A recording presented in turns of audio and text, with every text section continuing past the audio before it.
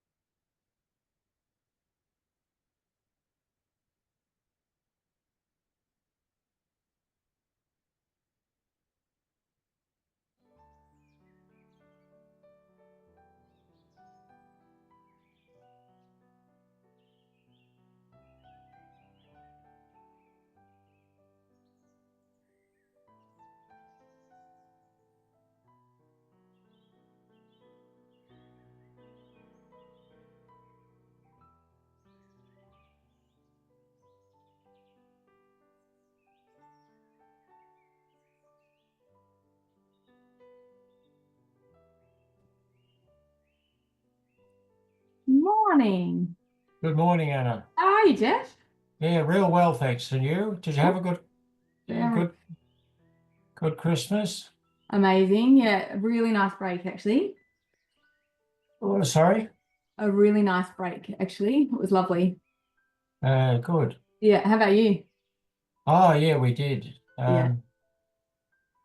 Yeah, hang on. I'm just trying to adjust the. Can you hear me all right? Yep, it's good. And I'm just trying to adjust the volume because I've got these fantastic headphones on and it's blasting me out of. I'm too loud. Morning. Morning, how are you? Good, thank you. How are you guys? Good, very good. Merry Christmas, Happy New Year. Merry Christmas, Happy New Year to you too. I'm just gonna pause for 1 second, sorry.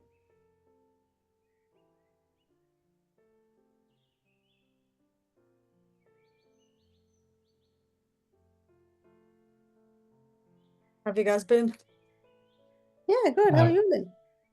Good morning, mate. busy? I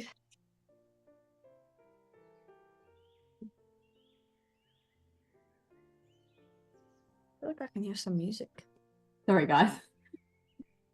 Okay. My husband's in a very remote Pacific island for work at the moment, and internet's a bit patchy, and he's just called through to speak to the kids. Like, probably better hand over the phone for that. Oh, what's he doing? He's actually a coastal engineer, and I think they're doing some work. Like, there's a lot of obviously climate stuff, which is impacting the Pacific Islands. So Wow. working remotely, like we've been working in Australia on it for a long time. It's the first time he's actually been on site there, but it's pretty remote. 3 days travel each way to get there. Oh my God. Yeah, for a 2-day meeting. Oh, it's just for a meeting. Yeah, pretty much. A very remote meeting. Yeah. Different meaning to remote work. Beg your pardon? Different meaning to remote work. Yeah. Definitely a different definition for sure. Anyway, enough about my husband. Sorry about that. So last time we met, we didn't get to bleeding crises, and I really like them, so I don't want to just skip them. Does anybody mind if we kind of go back and just do bleeding crises before we jump into urinary and acute abdos? Not much to cover today. Should be fun. So what sort of bleeding crises do we see? Bleeding, obviously, but like how do they present? Collapsed a lot of times. Yes, perfect. And what sort of bleeding do we see? Heme abdomens, pericardial effusions, Yeah, so cavitary cavitary. bleeding, yeah. And what other kind of bleeding do we see? I'm like petechiae ecchymosis, like Mhm. small bleeds. Yeah. And what about another place where we see big bleeds where they might come in collapsed or very anemic? They might have a microcytic hypochromic anemia. GI, like Yeah. GI Chronic loss, yeah. blood loss. Yeah, exactly. So lots of different presentations, and sometimes we can get a bit sort of hints of what type of bleeding abnormality we have or hemostatic abnormality we have based on the presentation, can't we? So if you have a patient, a 3-year-old patient who comes in with scleral hemorrhages, what do you think is the most common cause of that? Rodenticide could be a big one for 3-year-old maybe. Which one, sorry? But you won't really get, I was saying rodenticide, but you don't really get scleral hemorrhages with rodenticide. So I take it back. With what? Oh, rodenticide, yes. No, exactly. Take it back. Definitely, that's not right. Like a trauma. Yes, good. Yeah, that's probably most common. Sterile So- hemorrhage was an odd choice. I'm going to change my Yeah, can we? change my presentation. Or hypertension. Well, I think I definitely think we see a lot of scleral hemorrhage when they've been hit by a car or hit in the head or something. Agree. Yeah. The hit with a ball is like a classic one. Yeah, right? yeah. Dogs, yeah. Well, it depends on where in the world you are, because if you're in Europe, probably aerostrongylus vasorum. Oh, this is what I was getting at. So say there was petechiae as well as sterile hemorrhages. How about that? What's the most common cause? Oh, then ITP you would think of. Yes, exactly.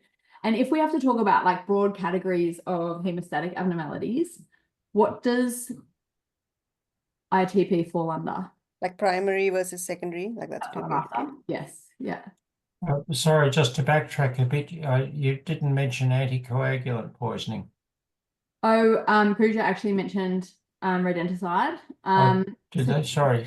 Yeah, so it's definitely one of the differentials, but actually I find that they don't present commonly, rodenticide toxicities don't present commonly with mucous membrane bruising. No, they wouldn't. Yeah, so this is so the way that they present makes me think, okay, well, it's probably a coagulopathy, but is it a coagulopathy of primary hemostasis, which tend to present with the like sterile hemorrhages, petechiae on the mucous membranes, and the biggest impact on them well-being wise, or why they might present as an emergency, is gastrointestinal blood loss, and they can lose huge volumes of blood into the gastrointestinal tract. So that's typically primary hemostasis. So when we talk about primary hemostasis, what components are there that make up the primary hemostatic system? Your platelets, von Willebrand factor. Good. And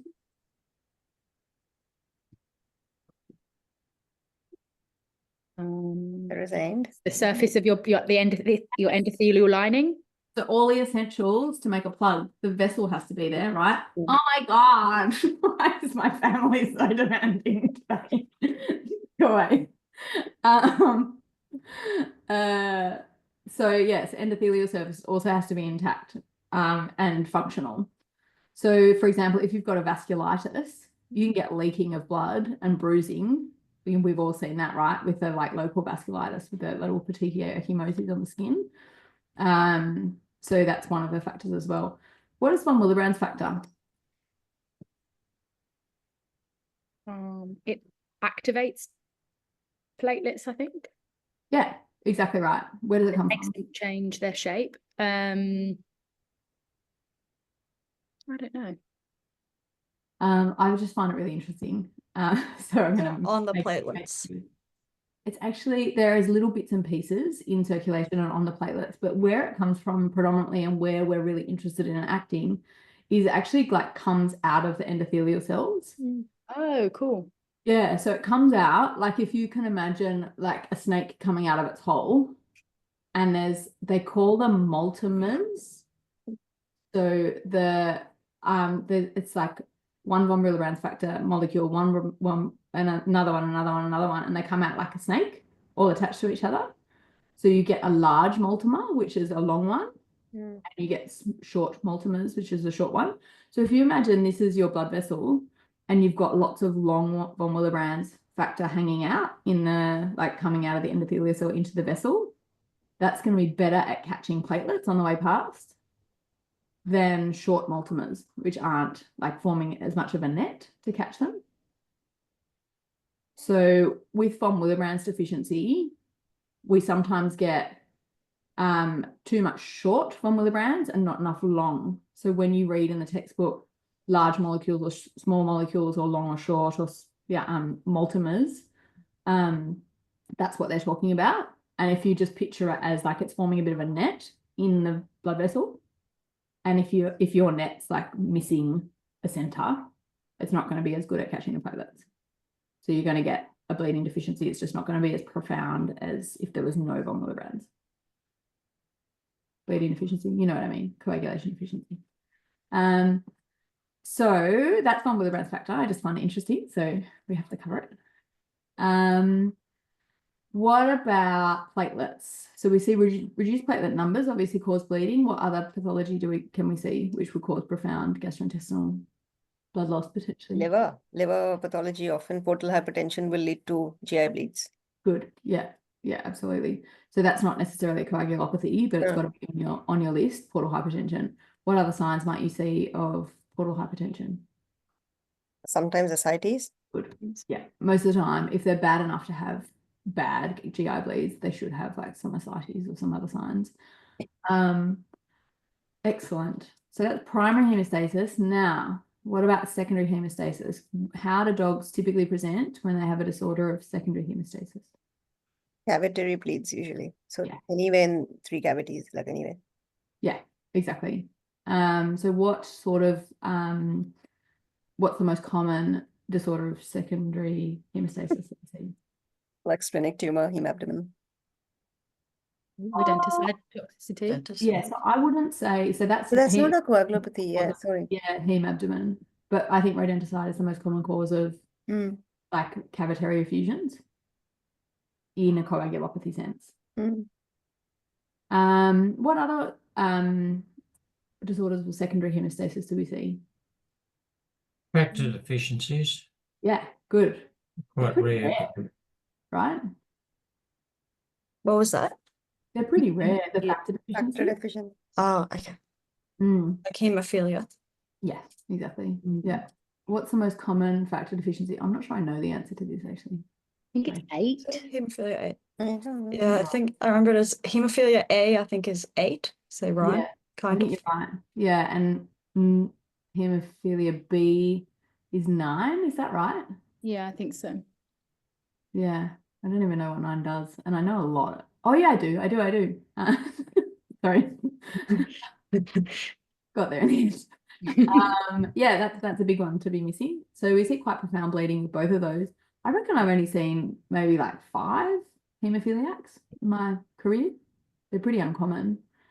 Going Cavitary- off topic a little bit, but isn't there a breed of cat? This reminds me, but I can't remember which breed that has something because of which they can have APTT elevation, and it's not clinical, but I can't remember which breed. It's it- a common in purebred cats. not all. specific, yeah, not a Oh. specific one. Do you know what factor deficiency that is? No, I can't. It's there somewhere, but it's not coming to the surface right now. Yeah, it's factor 12. 12, yeah.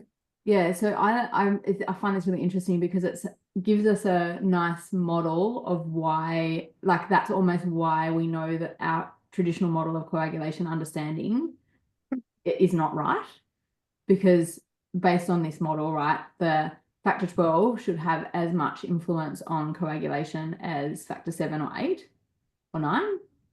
So if you're missing factor 12, they don't have a bleeding tendency at all, but the APTT is off the scale.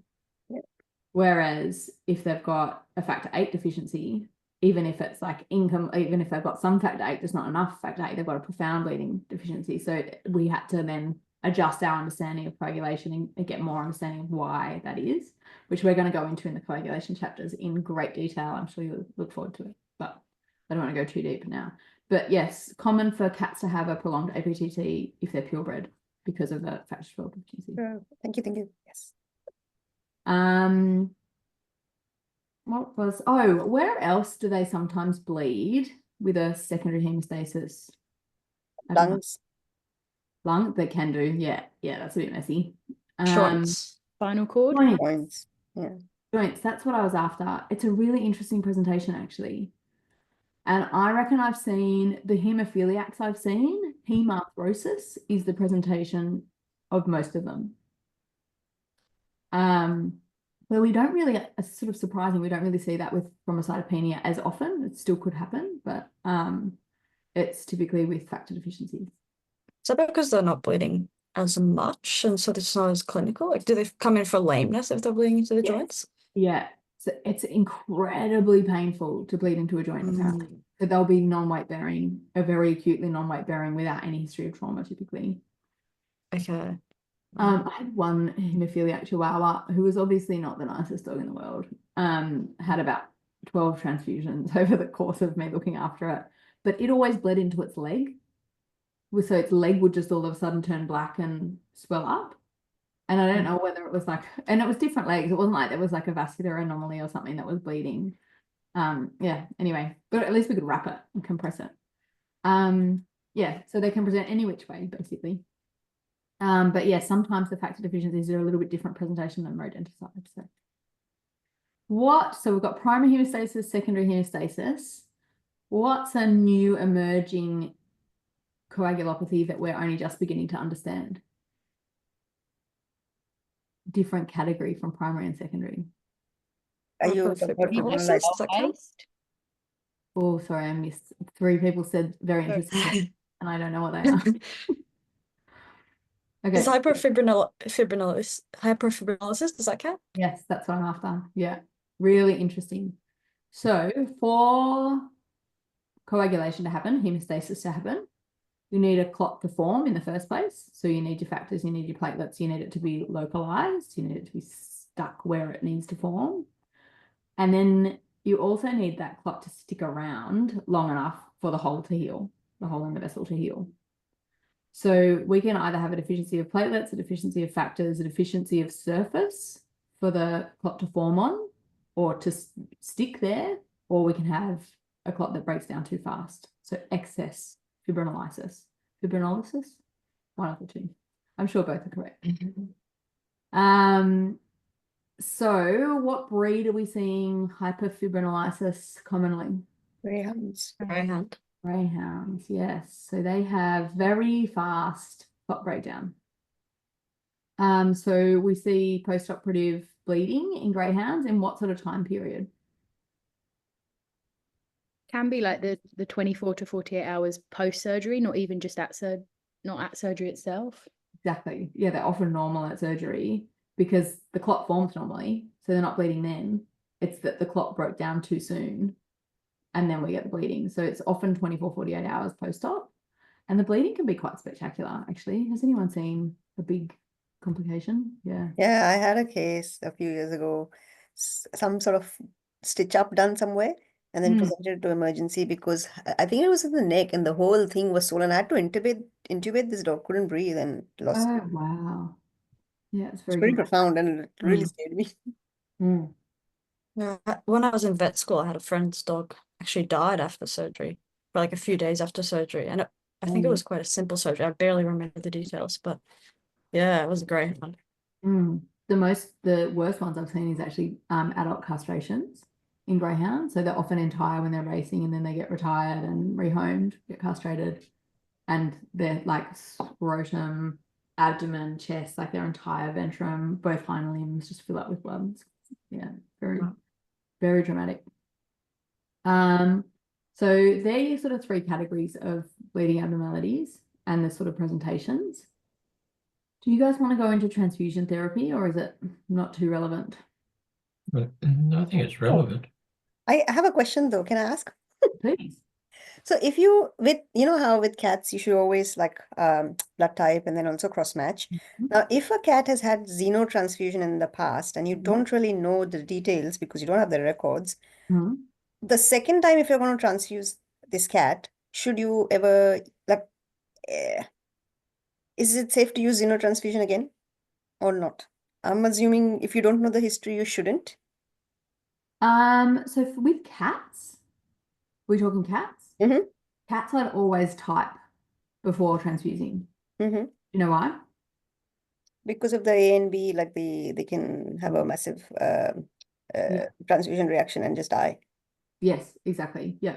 Yeah, So this is Australia. Australia has 25%, I think it is, type Bs, whereas America is more like 1 or 2%. yeah, it's Yeah. we've seen way more bees here than is reported in the literature. Yeah. So what are allo antibodies? Does anyone know? When like cats have naturally occurring antibodies against the other blood types without have to have been exposed to them before. So first transfusion can have just as spectacular hemolytic reaction as a second transfusion, third transfusion in a dog who's developed that antibody. So if you've got a type A cat, they've got naturally occurring antibodies against type B before they've ever had any transfusions. So if you've got a type B cat, they've got like really like amazing amounts of antibodies against type A. So type A cats typically have, like, if you give them B blood, it's going to be a spectacular reaction, but it won't be as like life-threatening. Yeah, so a type B cat receiving type A blood will probably just die on the spot. Just because of that, like the histamine release and stuff with that amount of antibody activation. What about, does that answer your question, Pooja? No. No. Can you ask your question again? Sorry. Like I was saying, if you don't have the history, and let's say if you, but you know, because like the owner says, my cat has had a transfusion in the past, so you don't know whether it was a xenotransfusion or allotransfusion. Okay. Because you don't have the history from the previous vet. Is it safe to do xenotransfusion in this cat now? Or because, you know, I am under the impression xeno can only be done once in lifetime. So if you don't have a history, should you even attempt a xenotransfusion? Yeah, I would. Yeah, we've You got would. cats we've had to transfuse several times. Yeah. So you're saying like you can do xenotransfusion multiple times in a cat? What's xenotransfusion? Like dog's blood. Oh, dog's blood. Sorry. That definitely didn't answer your question. Sorry. Good question. They're probably going to have a pretty dramatic reaction. But if it's death or dog's blood, I'd go dog's blood. Would Like you be if able to predict based on the cross match, like how much of a reaction they'll have? If you cross match it with the prospective dog's blood? Not really. I guess like the amount of like agglutination you get isn't doesn't well, like you can predict there's going to be a reaction, but you don't know how spectacular it's going to be. Is there no first time around you can? Like it's not, I mean, in a life-threatening situation, you can. I just don't know if you can do it repeated. Yeah. Have you ever done it?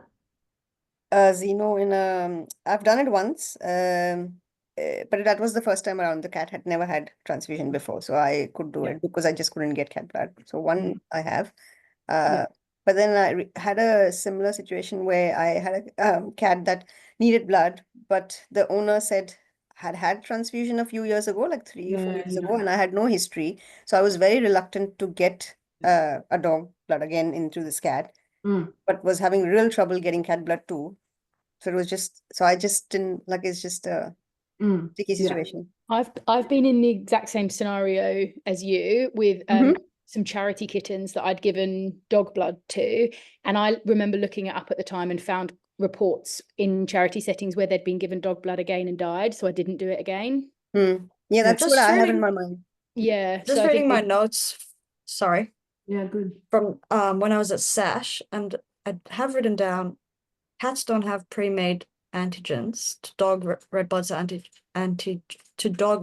antigens. Sorry, pre-made antibodies, but after 4 days, all cats will die if repeated. yeah. Oh, there you go. That's pretty good. I don't Yeah. know, like I assume that was from maybe from Yeah. when we had blood, like a talk from the blood bank. So I Right. don't know the Yeah. source on that information, but that's just what I have written down.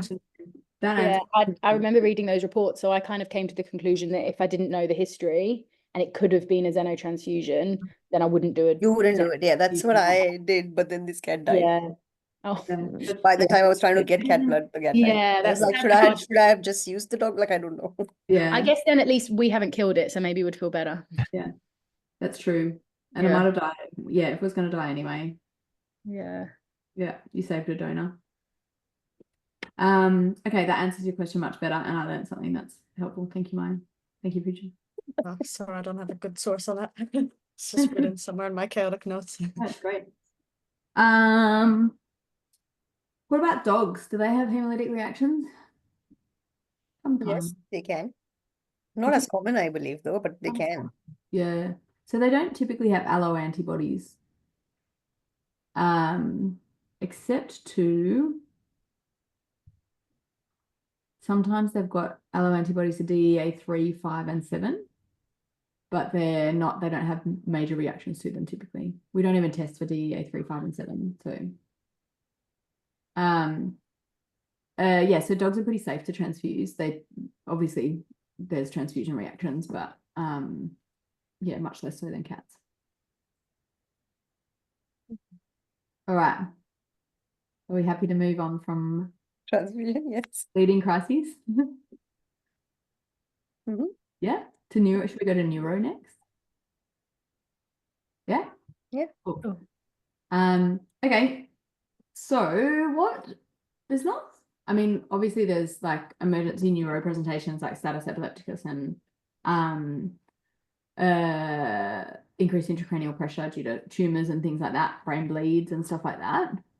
But probably in a kind of acute presentation setting, trauma is a very common thing, and that might be like from a brain bleed or a tumor rupturing or something like that.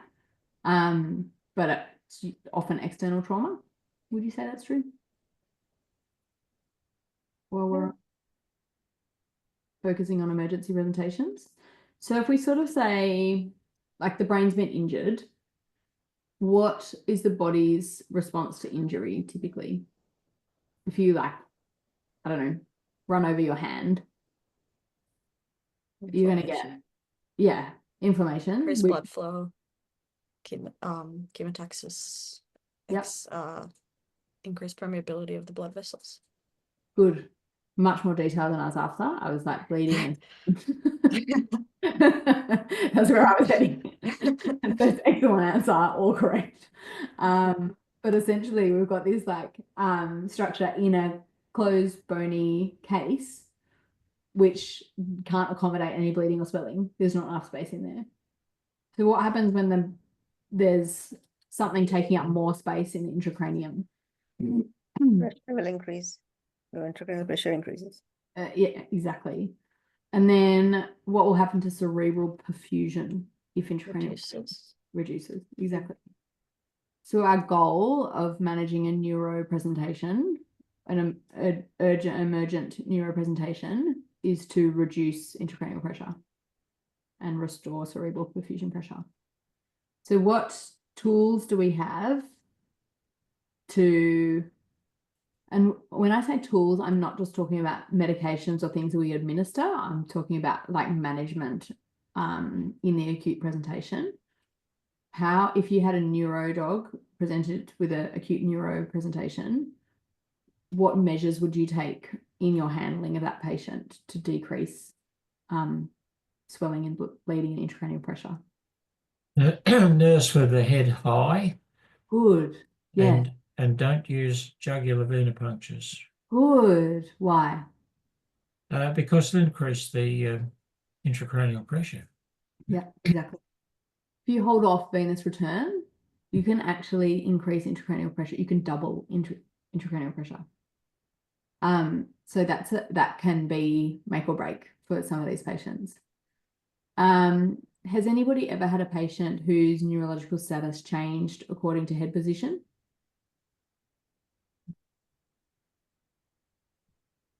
I've got one patient that haunts me that had metastatic hemangiosarc right through its brain. So it had a left ventricular wall hemangiosarcoma, which had just seeded to everywhere you can think of in this dog's body.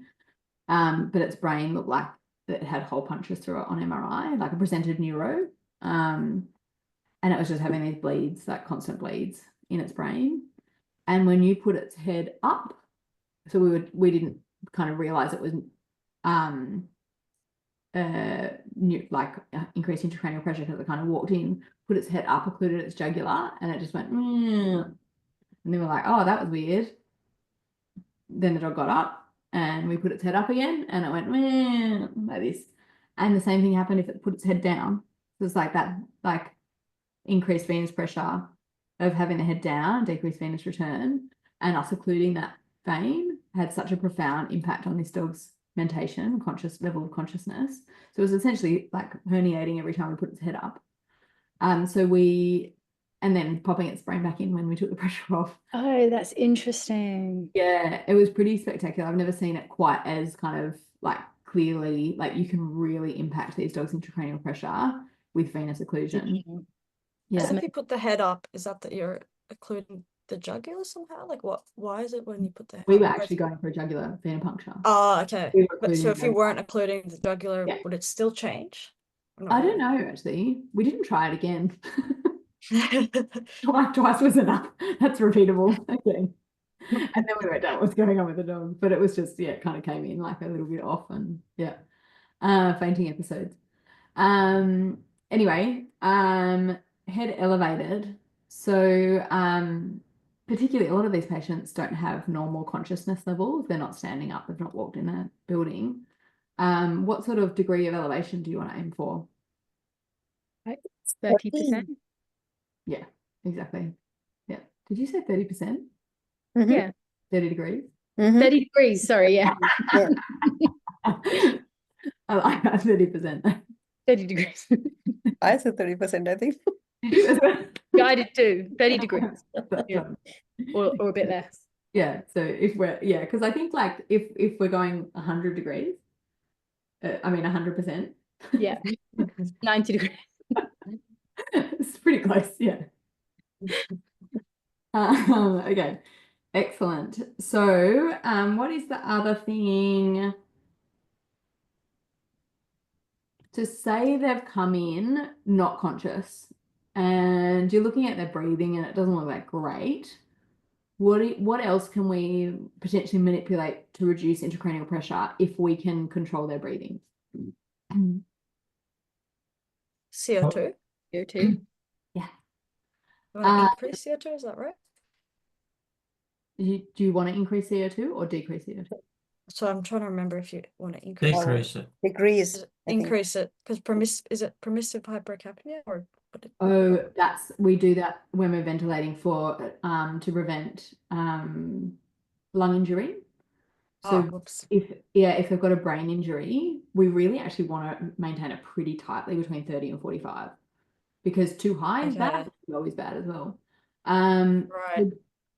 If they're high, if CO2 is over 45, we get venous dilation in the brain and that just takes up space.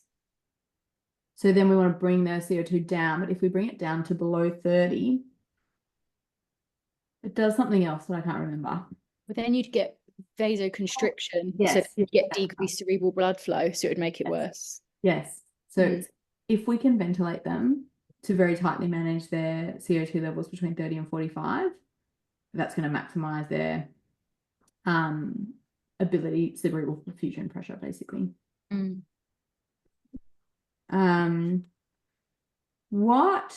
How do we prognosticate with neuro injuries?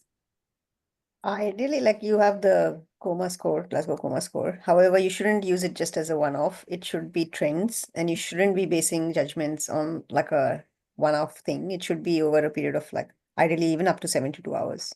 If the Yeah. owners can afford it, obviously. Yes. Yeah. But I do think if you've got multiple people to do that and everybody's in the ballpark of like if has everybody used the coma scale before? No. So I what have to look. I have to look it up though. I don't have it Every in my head, time. but I have to look it up. Absolutely, every time. Yeah. So it's basically in 3 categories, which are motor activity, brainstem reflexes, so PLR and oculocephalic. Oculocephalic, that's what they call it, isn't it? And Level of consciousness. that's good. Yeah, thank you.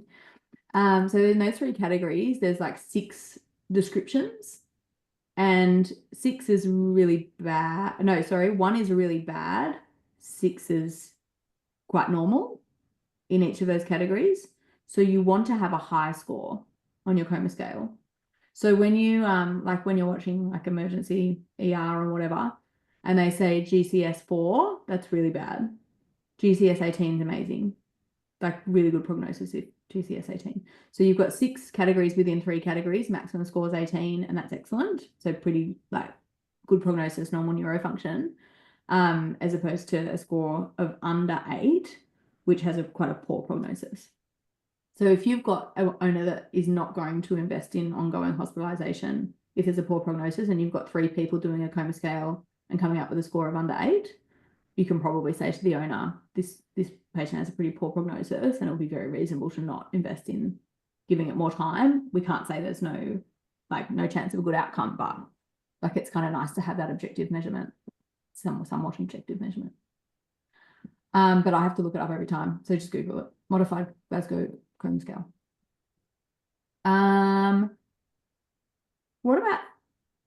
What complications? Oh, let's talk about brainstem reflexes. So what sort of changes would you see in a dog that had quite severe brainstem injury? Pupil size change. Meiosis typically, like Yeah. So pupil size and position, you know, in ER, like pupils are fixed. So like fixed and dilated bilaterally is probably the worst. That's the worst on your coma scale. Yeah. And then one-sided fixed and dilated, and then meiosis, and then slow, and then normal. So you'll go through the degrees of losing your PLRs to fixed and dilated to be the worst. Yeah, excellent.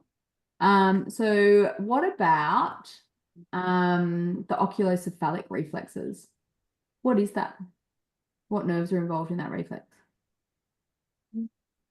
I think it's Vestibular ocular reflex, is that the same term? Which one, sorry? Is that the same term, the same as the vestibular ocular reflex, like the doll's eye? Yeah. Yeah, doll's eye Is it- reflex. Exactly. Yeah. Cranial nerve 3, Mhm. vestibular. 8. Yeah. Yeah. Yeah. Good. So we've got, these are 2 nerves that have to run through the brainstem to function. So if you've got compression, and particularly cranial nerve 3, it runs right across the ventral aspect of the brain, and it gets squashed first if you're herniating your brain, essentially, which is a marker of increased intracranial pressure. So if you've got an absent oculocephalic reflex, it's a poor prognostic indicator. So I think you lose that. Yeah, so you get a score of 3 with reduced oculocephalic reflexes, and anything like any score higher than that, you've got functional oculocephalic reflexes. Has anyone ever seen that in a neuro patient? The loss of, like, when you're kind of tracking them, the loss of oculocephalic reflexes? not sure I've done it when like they're like this, but yeah, it's a thing because I can't remember at the time always. So Yeah. thing to do, definitely. It is actually a good thing to do, particularly when where I find it really helpful is when they're sedated. Mm. So it makes it really hard to assess their neuro status, consciousness, and stuff like that if like they're having seizures and you're trying to manage those and you've got to sedate them as a result of it. So this is a really nice one to do. You just lift their head up and if their eyes stay, you're good. Yeah. So yeah, I do use that quite a lot in my patients. I'm worried about their neuro status. Let's talk about seizures. How often do seizures happen in neurotraumas? Uncommonly, I would have thought. Say uncommon too. Yeah. So it's like probably less than 30%. Some papers say 10%. But actually often it's not at the time of the injury or in the hospitalized period. Why might they have seizures later? It's called reactive seizures, aren't they? Like it can happen up to 3 months after. Yeah, exactly. So typically it's just that there's a scar formed. And that's a focus of like altered electrical signaling. So that we know with seizures that one little kind of like pathway of altered electrical signaling then grows. That just results in electrolyte and like those excitatory transmitters get like more and more and more and more over a larger area. And then so where you might have little tiny focal seizures in the, a couple of little neurons, then it becomes a whole section of the brain. And then you start to see signs of it and then you get a generalized seizure. So that's something that kind of develops down the track. So should you use anti-seizure medications in a patient that's presented with a neuro, like as a prophylactic? I wouldn't, because then you have no way to gauge. Like there's that epileptic task force and they have guidelines, so I would follow that. So no. Yeah, good, excellent. So unless they're having seizures and they meet the criteria in those guidelines for managing the seizures, they recommend not giving anti-epileptic drugs to patients who presented with neurotrauma because it decreases your ability to monitor them and their progression. And seizures are actually infrequent and infrequently life-threatening. It's interesting, prognosticating. If we were doing EEG, so brain ones, I can't remember what it stands for. Electroencephalogram. Yeah, electroencephalogram. Yes, that. If we were doing those, they would detect. So there's a lot of seizure activity that doesn't actually result in motor activity. And patients that have non-convulsive seizure activity, which is only detectable with an EEG, have a much worse, like 4 times less likely to get out of hospital or something like that. Yeah, So I wonder if they use them in. Oh, sorry, you go. Sorry. well, it would be interesting in these neurotrauma patients as far as like prognosticating, if we could, and particularly if we need to sedate them because they're seizuring and stuff, it would be nice to know what's going on in there. But I don't know anyone that's doing EEG really. I'm sure Sasha. Yes. Sometimes. Yeah. It's not as commonly done, and not just in neurotrauma, even like dogs that come in with status or clusters, and then you sedate them. You just don't know if they're having silent seizures. Exactly. Yeah. It would be really nice in that setting, wouldn't it? So I guess it's neuro and critical care doing the EEGs. I think SASH. neuro does it, but I don't think it's still done as much as like in the human sort of. Oh yeah, no way. But the weird thing about the human system is someone has a seizure and then they go, okay, go and here's your referral for an EEG, go and have an EEG. And then they say, no, you're not seizuring. I went, no shit. I've walked here. This is weird. Isn't it? It's so weird. Yeah, my niece had a seizure when she was younger, and yeah, they were like, oh no, it wasn't a seizure. Oh, no, they were like, her parents understood it as it wasn't a seizure because her EEG was normal a month down the track, and I was like, let's just look at that. Anyway, I don't really want to talk about spinal cords. It's not my thing. But you can talk about hepatic encephalopathy. That's an acute crisis and fits kind of in the neuro. Yes, that's true. So what sort of acute emergent presentations will we see with hepatic encephalopathy? Obtundation severe can Beg be. your pardon? Obtundation, like severe Oh, comatose. yes. Yeah, definitely. What else? Maybe signs worsening after eating.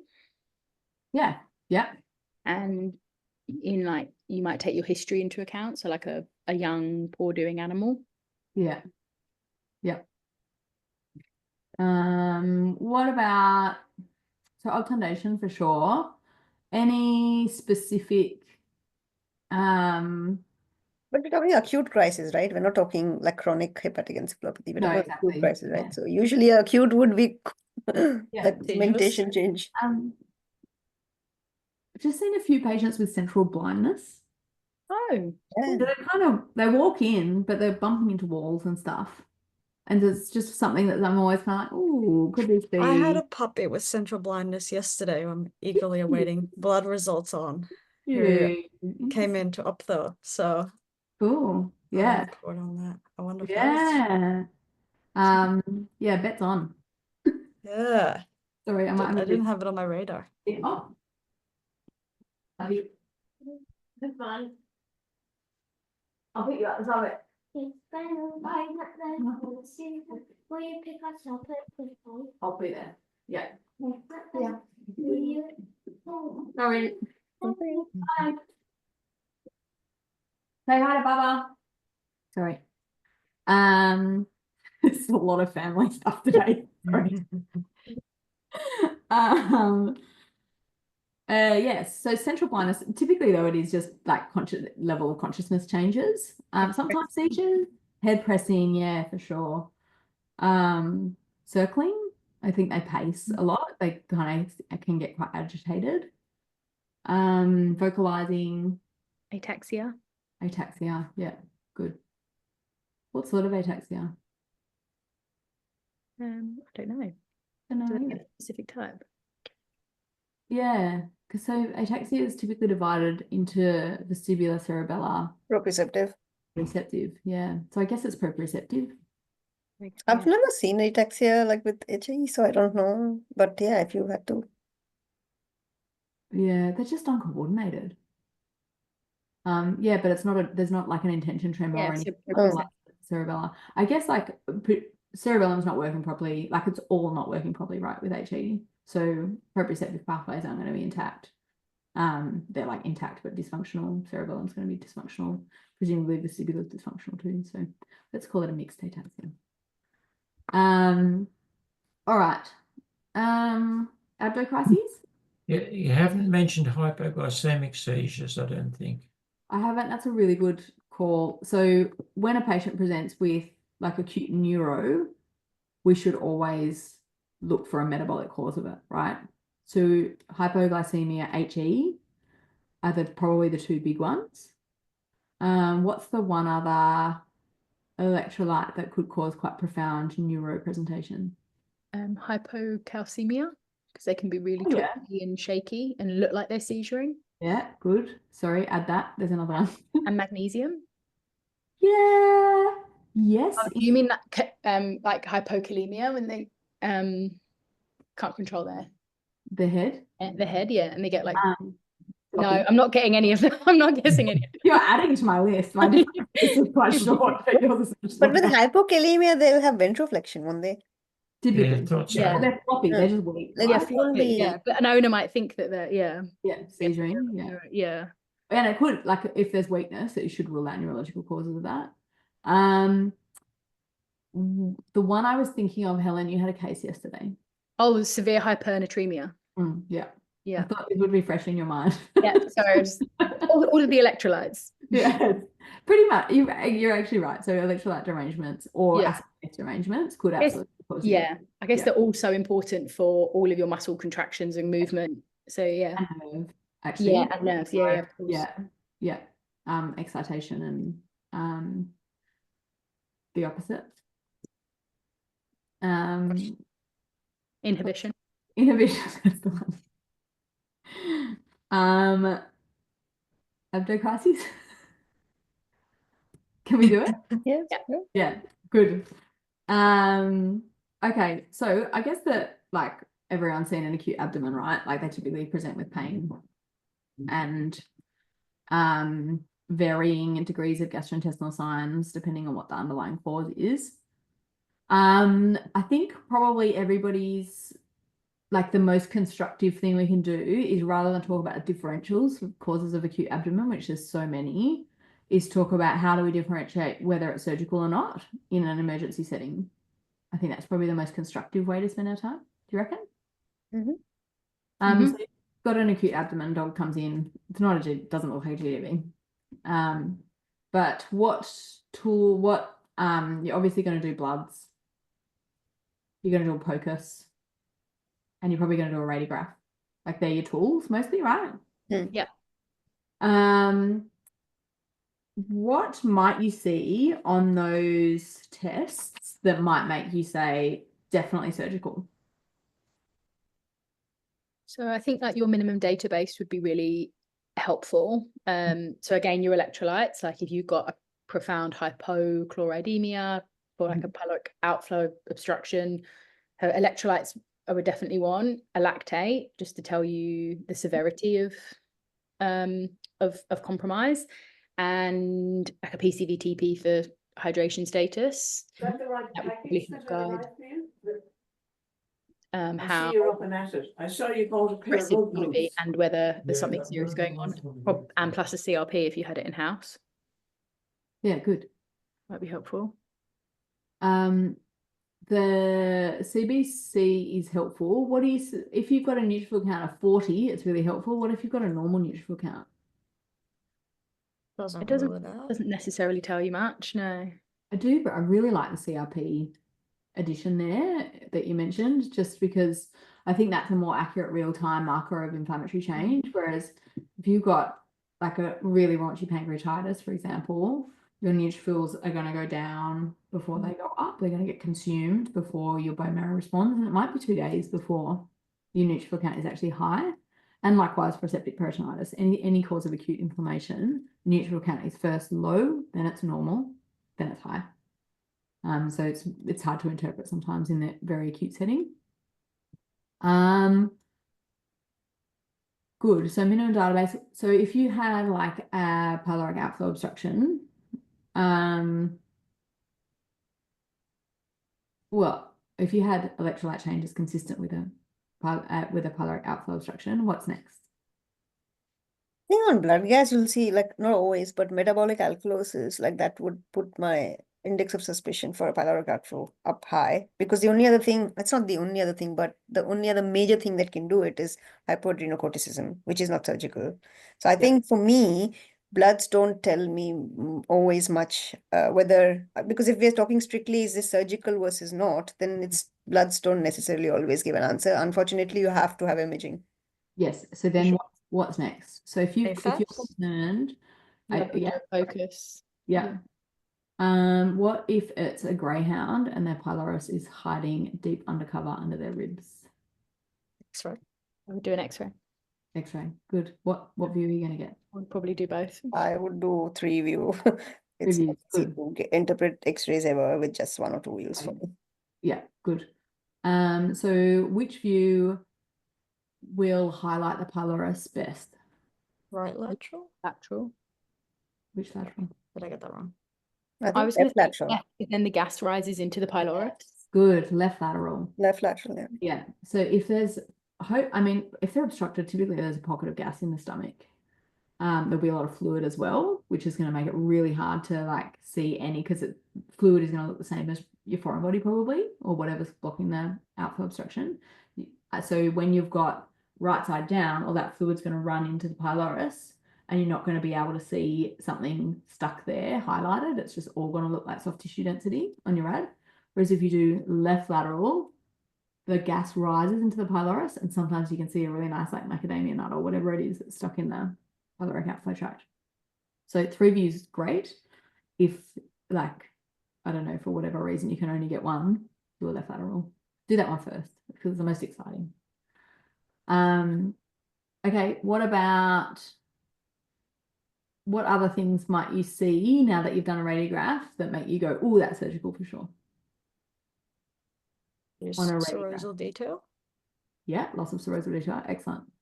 Different populations of small bowel, so some that look normal and some that are markedly dilated. Excellent. What's the radiographic rule for diameter of guts that makes you go, yep, obstructed? 1.5 times the height of L4, is that it? If the bowel is bigger than 1.5 times its height, like if the loop bowel is. The sheet. That's what I remember from vet school. I don't know if it's changed since then. 1.6 times the width of 6. L5. Yeah. When they say width, do they mean, Oh, I've got height written down. I do height. which I think is what they mean, because it says width in the textbook, but so that's length, isn't it? That's going to be height or width. Width Yeah. could only be measured on the VD. I guess the No, And it's width always of the on, height would be always on a lateral. yeah, so it would have to be height because you can't really measure width, can you? On And when they a say lateral. height or width, do they mean to the spinal canal or to the top of the spinous process? I think just of the body. I think the body. So Just I've the- always measured it in the body, like just of the bony bit Okay. that you can I do. never measure. Okay. Yeah. I don't do this very often. I obviously. don't measure at all because like it's too arbitrary. I just. Well, also you're spoiled. You've got ultrasound. There are people without ultrasound. But I'm not very skilled. I think GIT ultrasound is really hard. Like if it's Mhm. obvious, it's obvious. But it's Yeah. the ones that are, the gray, which is like 95% of them. Yeah, it's true. And this is realistically, if you've got a jejunum that's 1.6 times the height of L5, like that's huge. Like it's so obstructed if it's that big. Like that's pretty profound. So loss of serosal detail, very dilated bowel loops. What else might you see that make you go definitely surgical? If you can You have to actually see a a fun body. Yes. like a stick Yeah. way through the abdomen or something. A stick, did you say? Yeah, like if you see Yeah. a big skewer all the way through, you're probably going to open it up. Swallowed a kitchen knife. Yeah. I knew someone at Sasha had a case like that. Yeah, Swallowed a it kitchen happens. knife. Definitely happens. Free gas in the abdomen would be another one. Good. That's actually Good a one. good That's yeah, a good very good one. one. Where do you see free gas typically? I don't think it's that Seriously? obvious. You might Yes, what is that? see bubbles in the intestinal wall or near it. Yeah, that's interesting. Yeah. I would say anywhere in the abdomen, wouldn't it? Like retroperitoneal space or like around the liver on the outside. So outside, I would think more outside than inside the Yeah. organs. I think in that massive small intestine, it's almost impossible to say that gas is in intestine or not. So I kind of avoid that area. And it's like where round things meet other round things and you get little like triangles. So like at the cranial aspect of the kidney, sometimes you see it. Cranial aspect of the bladder, sometimes you see it as well. Where does the gas come from? It says free gas in the abdomen. Where does it come from? GIT GIT. perforation most times, or even bile, like gallbladder. Yeah. So essentially it's come from gas producing organisms, either in the GIT or like a abscess somewhere. So definitely if there's free gas, it's definitely surgical. Okay, say we do an AFAST and there's fluid in there, and we're gonna take a sample of the fluid. What are we gonna measure in the fluid to make us say surgical or non-surgical? I think you should do cytology to see if there's, because either is it septic peritonitis or the other possibility is uroabdomen, so creatinine, you measure the creatinine, and Bilirubin. sometimes bile you can this thing because you can see whether it's bile peritonitis. Good. Yeah. So bilirubin, Maya mentioned actually measuring bilirubin, because you mentioned measuring creatinine. What are them? When can you say, okay, say that you've got a dog with a bilirubin of 72 in its blood. Would you expect some bilirubin in the effusion? Probably. Yeah. Maybe 2 times. I think maybe. So Good. I think it would be 2 2 times, times. right? Yeah. 2 times for bile, for bilirubin. And then you can say, okay, it's a bile peritonitis. What about creatinine? What sort of? 2 times. Exactly. Yeah. So if you've got 2 times the creatinine or bilirubin in the effusion compared with the blood, then it's surgical essentially. With the urinary tract, it's nice to do some contrast studies to know where the urinary tract's ruptured, because it's nice to know what you're getting in for. In fact, also I would probably do some more imaging in a bile peritonitis as well to know what we're gonna see when we get in there. Although I had this weird Labrador who went for a run after eating. I think I've mentioned this case. And it had a bile peritonitis, and it's like gallbladder was perfect, and I could see its bile duct perfectly, not dilated. Like I could see the papilla, I could see there's no like overload of the biliary system, all looked like fine. And it had ripped one of the like bile ducts that was coming out of the like lobe of the liver and into the like side of the common bile duct or the cystic duct. It had ripped it off just running around with a full stomach. So it was like imaging wise, it looked completely normal. I was like, this can't be a bile peritonitis, but it has to be a bile peritonitis because of the bilirubin in the effusion. That's And scary. bloody Sounds like Labrador. something that would only happen to a Labrador. Exactly. Yeah. But most of the bile peritonitis patients are, because it's usually gallbladder rupture. They're actually very sick patients, like most of Fully the sick. time. Absolutely. Yeah. Because what are the causes of biliary rupture? Like that's been obstructed for a while. If it's like a stone or something. Mucoses. Mucosal. Or yeah, exactly. It's essentially an abscess in most situations, like mucosal necrotic tissue in the gallbladder. They're fully sick. I had one that ruptured for no good reason as well, like a big viscera or something. No Just one really ruptured its knew why. They gallbladder. just went. I think it was the biliary tree. It's just like Hmm. torn somewhere. I wonder Yeah, if it's similar to the Labrador. maybe. Yeah, it came in really sick. I saw Yeah. it like a few days into its emergency stay because it was referred to like the main branch of SASH. And I don't think we ever really figured out why. They just went in and repaired it, and everyone was just very confused about what had happened. Weird. Dogs Yeah, are- the dog was really well in the end, but yeah, it was very strange. Maybe something similar. The last thing I want to cover, when we've only got 1 more minute, is differentiating septic peritonitis from non-septic peritonitis. Pathology. Cytology. You can use your lactate. Oh, sorry, you go. Sorry, you go. Yeah. I was just going to say you can use your lactate and your glucose of the effusion versus the blood. Love it. Yeah. They're really, I think cytology is really important, but we do see degenerate neutrophils in pancreatitis and sterile peritonitis. And often by the time they get to emergency, they've had a couple of days of antibiotics because they were a little bit off. And there's not actually that many bacteria. It can be quite hard to see the bacteria in there. So what are you looking for with your lactate and glucose? So your lactate. Increase. Oh, sorry. No, yeah, you go. You go. Oh, the lactate should be more than the serum lactate. And the glucose should be less than the serum glucose. Excellent. So why is that? Is it that they're using up energy? Like, is it that the neutrophils in the abdomen using up the energy? Because the Something's bacteria using will up the use up the energy. glucose, The and then bacteria, their okay. byproduct will be like you'll have the increase in lactate. Yes, exactly. So if the lactate is greater than 4.2, is that like 4.2 just as a, yeah, if it's greater than 4.2, then it's usually septic. And if the glucose in the effusion is more than 2.1 millimoles less than your blood glucose, it's usually septic. So they're the markers that I would say, okay, well, even though this dog's been on antibiotics and I can't see bacteria in here, or if it's a gastric perforation, often there's not high numbers of bacteria as well because there's not huge numbers leaking out. Yeah, so even if I can't see bacteria, I'm sending them to surgery if I'm seeing that. But wouldn't you see, so it's not because, yeah, you may not see bacteria, but like with septic, you will see degenerate neutrophils, whereas with sterile, you will normally see, you may have a few, but like you will have more of a like normal neutrophil population. When I say normal, I mean they are active, but what I mean is they're not Yeah. degenerate. I just think it's great. Like sterile peritonitis, I've seen like some of the most degenerate looking neutrophils I've Oh, seen. so they can, okay. Yeah, absolutely. So neutrophils get degenerate just when they're really, really active, basically. Yeah. I find it hard to make a call on that. And yeah, as I said, often there's just not as many bacteria as I think there should be.